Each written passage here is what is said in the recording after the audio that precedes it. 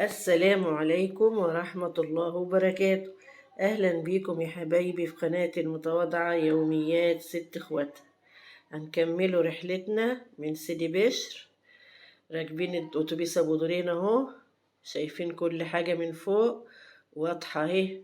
شايفين الطريق واسع ازاي، شايفين الونش اللي هناك اللي في وسط البحر ده بيعمل المصدات اللي انتوا شايفينها ديت العريضة اللي هي في قلب البحر دي، علشان يخفف من من حدة الأمواج اللي هي بتيجي على الشط وتاكل من الشط في الشتاء بالذات.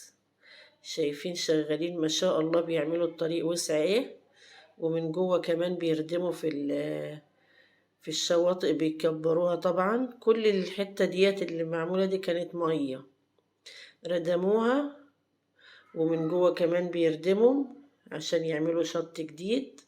ودوت هيبقى كورنيش اهوت، شارع بقى هيبقى زي ما كنا راكبين دلوقتي. احنا كنا راكبين ماشيين في الطريق الجديد من المنظرة لحد العصافرة تقريبا. هنا بيعملوا برضو أنفاق اهو، بيعملوا أنفاق عشان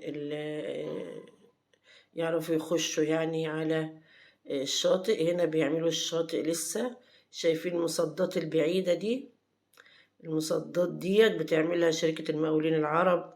ما شاء الله بيعملوا حاجات للشغل ده، يعني حاجات للأجيال اللي جاية يدعوا لهم عليه، يدعوا لهم بالرحمة كده، ويدعوا لهم إن هم ناس كانت صادقة إنهم بيعملوا للزمن، مش بيعملوا لدلوقتي عشان تصوير وكده. شوفوا البوابة اللي عدت دي كان شاطئ واتغطى بالمية، لكن إن شاء الله هيرجع تاني بإذن الله.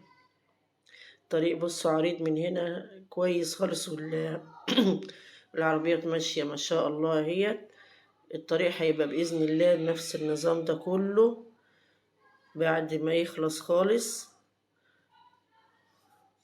هانت يعني فاضل حاجات كده بسيطة على آخر الصيف كده، ولا يعني هم شغالين على طول، ممكن يعني شهور كده ولا حاجة ويخلص. ما شاء الله يعني شغل للزمن، مش حكاية ان احنا دلوقتي بنعالج مشكلة ولا حاجة. المصدات الكبيرة اوي دي بتخش جوه، كانت عالية جدا لفوق، خفت خالص اهي. بيشيلوها ودخلوها جوه يعملوا بيها المصدات اللي هي في وسط البحر، عشان الأمواج بتبقاش تطلع علينا بقى في الشتاء. كانت بتطلع برا، يعني المية كانت بتخبط في الرصيف وتسحب المية من تحته، وساعات تطلع في أماكن بتطلع برا في السكة بتاعت العربيات.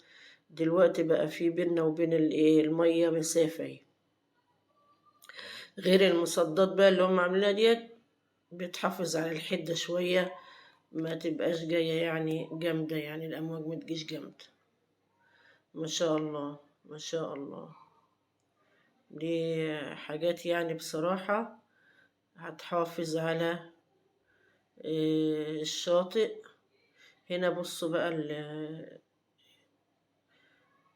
المنظر دوت تبع فندق.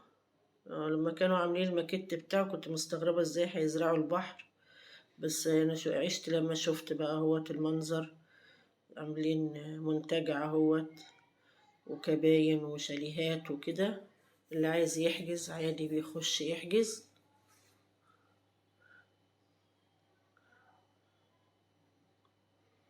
ما شاء الله حاجات حلوة اهي. يستمتعوا يوم ولا اتنين، اللي عايز يحجز يروح يحجز ويشوف الأسعار.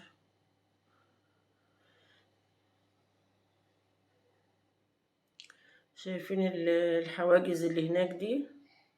هنا برضو عاملينها زي البحيرة كده عشان تبقى هادية، يعني ما يبقاش فيها أمواج جامدة، لأن المنطقة دي كان فيها أمواج جامدة أوي يعني. أهي هنا منطقة جليم اللي بعد ما نعدوا اللسان ده، دي منطقة جليم كنا بنسموها زمان البحر الميت، اللي هم عاملين عليها سور دي. ده كانت الناحية بقى اللي كان فيها أمواج شديدة. أهي ده كان البحر الميت زمان في جليم.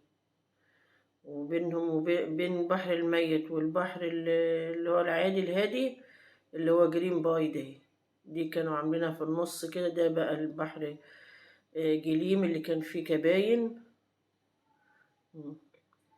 الدنيا اتغيرت واتزحمت، وشاطئ جليم بقى مش باين، يعتبر ما هوش باين زي الأول يعني. كان كبير جدا وكان يلا بقى ما بقى زي الأول. المراكب اللي عايز يركب مراكب ويستمتع باليوم بتاعه الجميل، أو يروح المطاعم بتاع جليم باي ده اللي هناك دي. وأدي بسطرودس بتاع زمان بقى، على أيامنا كان اسمه بسطرودس بس دلوقتي مش شغال. وهنا دخلنا بقى على سباباشا والنوادي بقى، مجموعة النوادي اللي هنا هي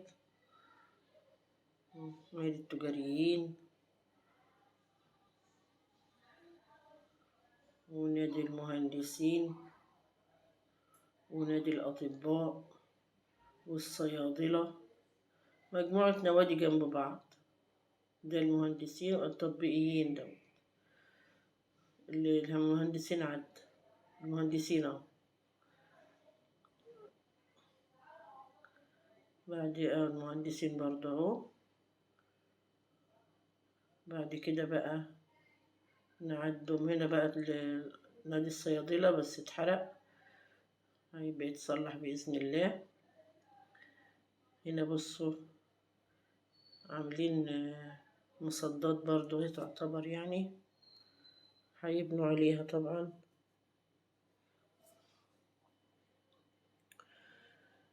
هنخش بقى على كوبري ستانلي. هنا منطقة هي أكيد هيبنوا عليها حاجة، هي محضرينها من زمان لحاجة. هنا ستانلية الشاطئ. هنا كده رايحين على كوبري سيدي جابر، مش عارفة مسمينه كوبري سيدي جابر ليه، مع انه هو بيبدأ من مصطفى كامل الصغيرة ونصه في مصطفى كامل الكبيرة، النازلة بتاعته بس هي اللي في سيدي جابر، ومسمينه سيدي جابر. ماشي برضه، هو اسم جميل. على ايدنا اليمين نادي المعلمين اهو، اللي احنا شايفين جزء منه ده نادي المعلمين. وهنا فندق كبير اهوت تبع القوات المسلحة، ودي الأبراج بتاعة القوات المسلحة في مصطفى كامل.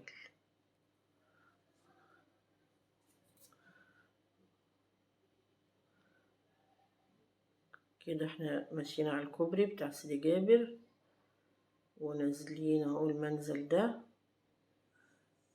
لما ننزله هنبقوا في سيدي جابر.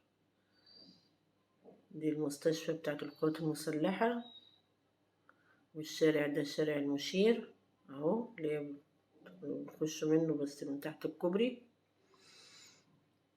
هنا جامع سيدي جابر بقى في الشارع اللي بتاع القوات المسلحة الناحية التانية.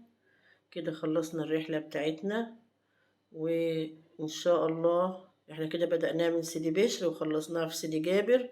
بإذن الله المرة الجاية هنكملها معاكم، ويا رب تحطوا لي لايك. وكفاية ان التذكرة بتاعت الأتوبيس ب23 جنيه، حطوا لايك ب4 جنيه، وكلمة حلوة ب0.5 جنيه، يبقى 75 ساغ. يلا بقى.